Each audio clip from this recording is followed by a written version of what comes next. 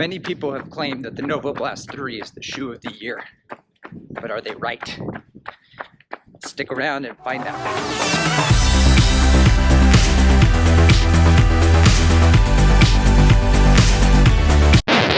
Okay, stop. Nobody wants to see it. More running footage. No one wants to see. All right, listen, my name is Andrew. Welcome to the cinematic odyssey that is midlife running. I like to run. I like running shoes. I like to make jokes.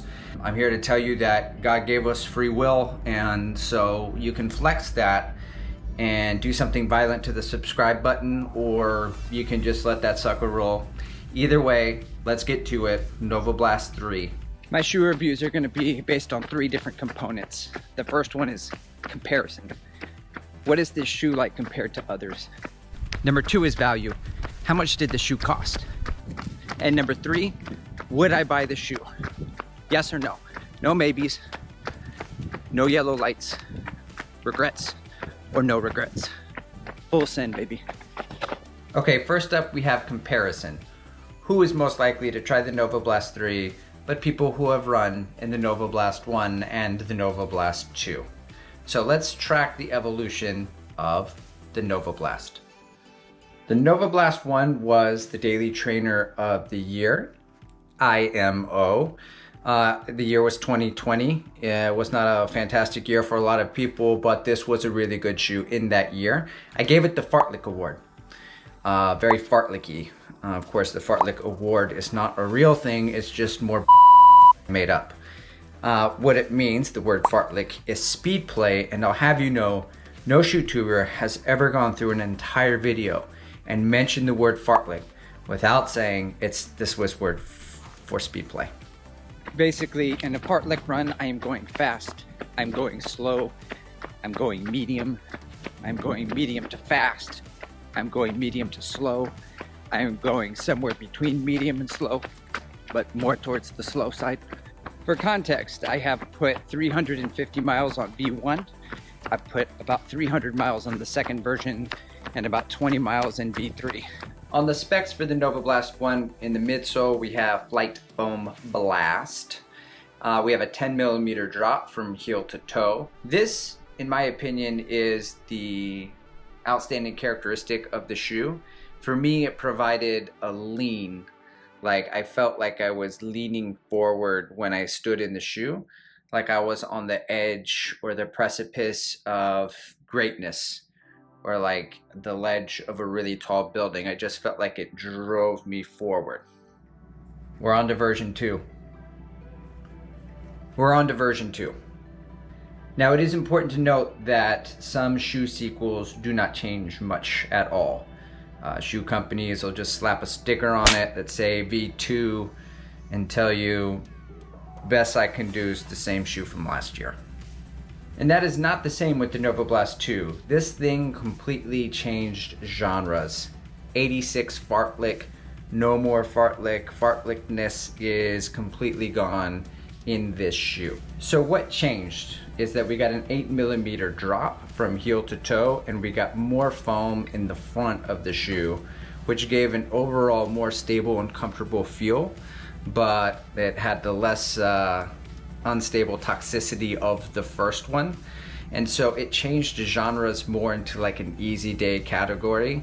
And I hated it at first because what I loved about the first one, I was hoping in the second one would get improved and I would get a souped up sports car, but instead I got this Cadillac.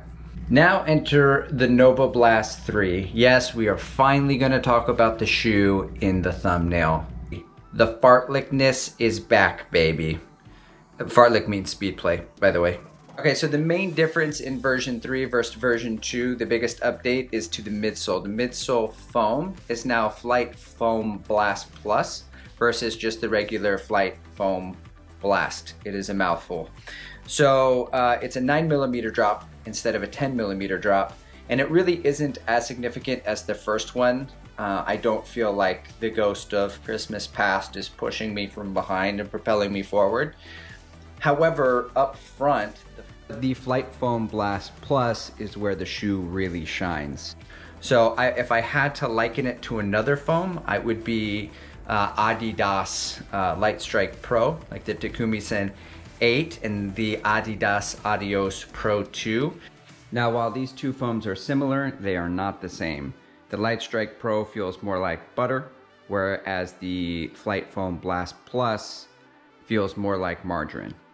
And I mean that in the best way possible. Like, I can't believe it's not butter margarine.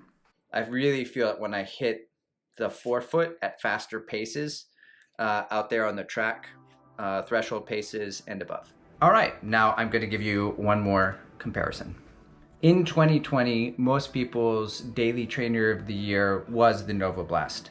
The actual shoe of the year went to another shoe by Saucony called the Endorphin Speed.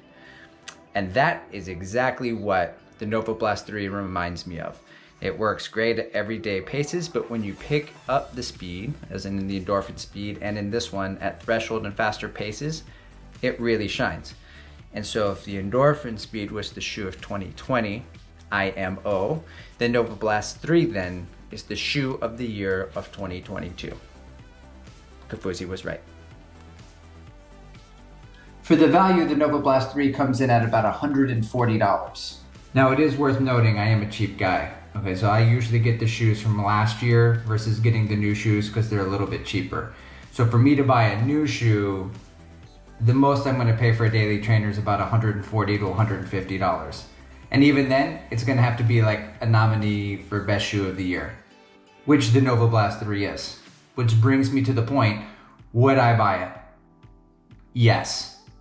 If you like this video, you're gonna love the next video. It's a whole shoe rotation with the same 3 shoes. I haven't shot it yet, so there's nothing to click, but in the description below, I'll leave a video link to my last video that I made that's really silly. Humor me, click it, and perhaps I will humor you, and there will be the laughs.